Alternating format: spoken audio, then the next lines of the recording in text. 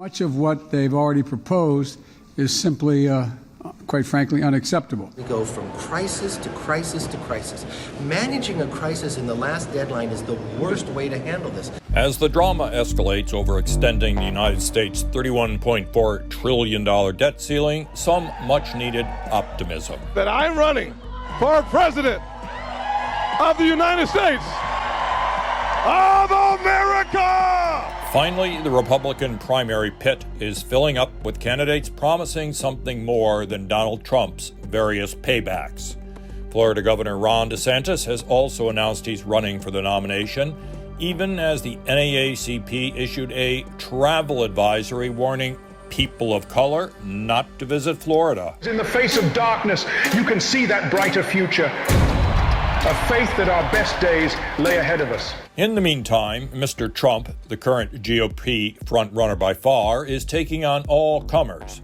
And that includes E. Jean Carroll, who's announced she'll seek additional punitive damages in her already successful defamation lawsuit against the former president for remarks he made about her in a recent town hall on CNN. I don't know her. I never met her. I have no idea who she is. The same town hall in which Mr. Trump urged Republicans to consider defaulting on the U.S. debt. If they don't give you massive cuts, you're going to have to do a default.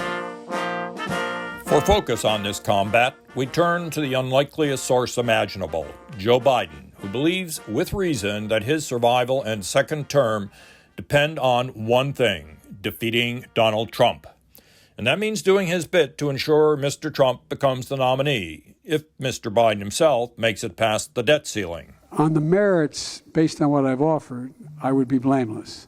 On the politics of it, no one will be blameless. Mr. Biden's strategy for re-election? I don't respect these MAGA Republicans. The MAGA Republicans are a different breed of cat. Because this MAGA crowd is really the most extreme political organization that's existed in American history. Mr. Biden is hedging his bets that MAGA is more of a poison chalice than his handling of the economy, Ukraine, the border, China, you name it. And he's been testing different variations for quite a while. Who came up with this phrase ultra MAGA? Why the need to kick it up a notch? I will tell you is the president's phrase. Republicans in Congress are still in the grip of the ultra MAGA agenda. An April NBC poll asked people what they thought of the MAGA movement. The answer was not much. Only 24% overall had a positive view of MAGA, while 45% thought negatively of it. Nominally, MAGA stands for Make America Great Again. But by now, MAGA may be the greatest election Rorschach test ever in U.S. politics. The extreme MAGA Republicans have taken control of the House of Representatives. In Mr. Biden's dog whistle formulation, MAGA means January 6th. And it works because Mr. Trump is using the same whistle. That's because voters who self-identify as MAGA are the core of the support Trump expects to stay with him through the coming year.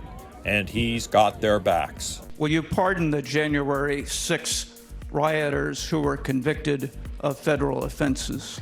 I am inclined to pardon many of them. Fair or not, MAGA will be a problem for Republicans generally.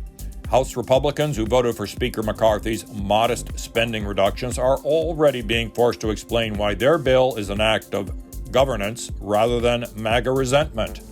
And Mr. Biden's only too happy to redirect responsibility. Because I am president and presidents are responsible for everything, Biden would take the blame, and that's the one way to make sure Biden's not reelected.